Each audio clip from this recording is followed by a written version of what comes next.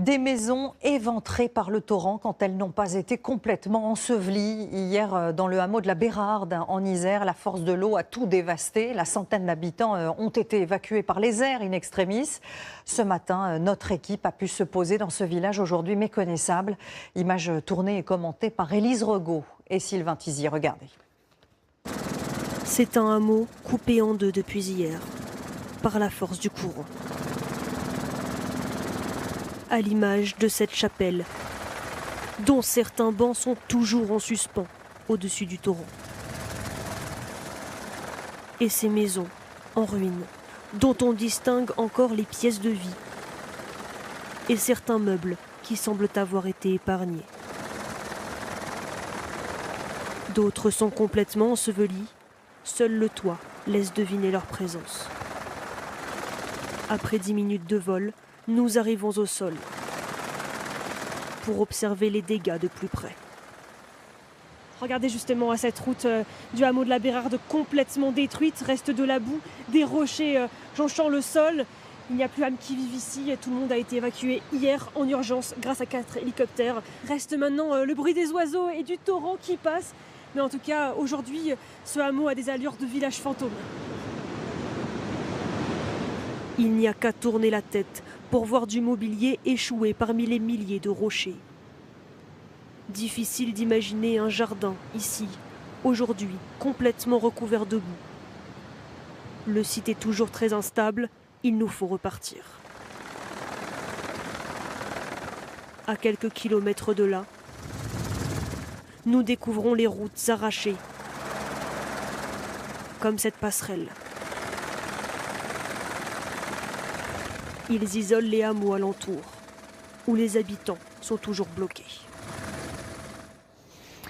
Un peu plus au nord maintenant, en Savoie, d'autres inondations ont touché la Maurienne. La station de ski de Tignes a elle aussi dû reporter l'ouverture de sa saison d'été. Des routes et des voies ferrées sont impraticables, comme nous le montrent Nathalie Pellerin, Mathias Béringer et Frédéric Petit. Le niveau de l'Arc vient d'atteindre un pic. À Saint-Jean-de-Maurienne, le débit est si fort depuis quelques heures que la circulation des trains est totalement interrompue sur ce pont.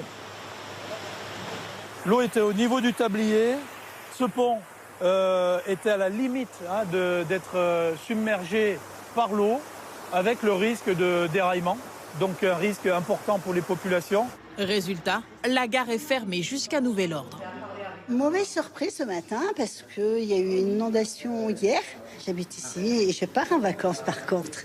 J'ai toujours la poisse.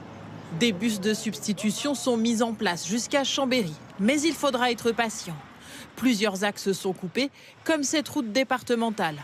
Elle a été recouverte de remblais, transformée en digue pour protéger les bâtiments à gauche de l'image. Dans toute la région, les cours d'eau sont au plus haut. La station de Tignes n'est pas épargnée, le lac déborde. Ici, des pompages sont en cours pour évacuer l'eau des sous-sols. Dans ces sous-sols se trouvent les postes haute tension et les postes de transformation. Donc toute l'alimentation électrique, les remontées mécaniques du glacier. Des inondations qui tombent mal. Le funiculaire devait ouvrir aujourd'hui pour la saison d'été. Une réouverture reportée à samedi prochain. Et puis plus au sud, dans les Hautes-Alpes, les campings étaient déjà pleins en cette fin juin. Plusieurs ont dû être évacués en raison des pluies diluviennes associées à la fonte des glaces. Regardez ce reportage tourné à Vallouise par Sonia Boudjama et Elodie Pépin. À Vallouise ce matin, les habitants se réveillent groggy et constatent les dégâts. Ça fait près de 40 ans que je viens là et on n'avait jamais vu ça. Regardez les dégâts, c'est vraiment extraordinaire. On n'a encore jamais vu, quoi. En moins de 24 heures, 60 à 80 mm d'eau sont tombés. Ici, la chaussée n'a pas résisté à la force du torrent. Cette voiture a été emportée par les eaux. Quelques mètres plus loin, ce camping reste inondé. Le court de tennis s'est noyé. Les 160 vacanciers ont dû évacuer. On a dû sauver ce qu'on pouvait. Et cette météo à l'intensité totalement anormale, elle est au cœur du forum météo-climat qui se tient en ce moment en Allemagne. Il rassemble des dizaines de présentateurs météo du monde entier, dont Evelyne Delia, des présentateurs en première ligne face au réchauffement climatique.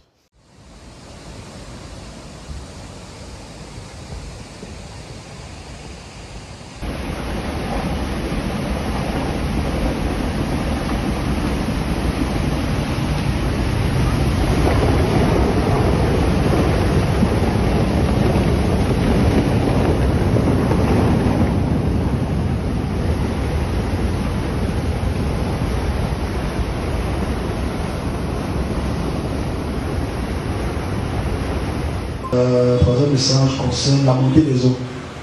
C'est encore avant-hier. On m'a dit montée des eaux, il faut que j'explique ce qu'on appelle montée des eaux. Montée des eaux arrive sous deux formes. Où les plaques des glaciers tombent dans les océans et augmentent le niveau de la mer, ou le réchauffement des eaux de mer augmente ce niveau de mer et se retrouve sur terre.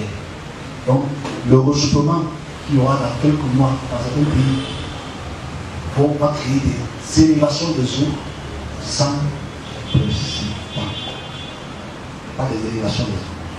Je ne vais pas dire inondation à cause des pluies, au sens du terme. On va dire élévation des eaux.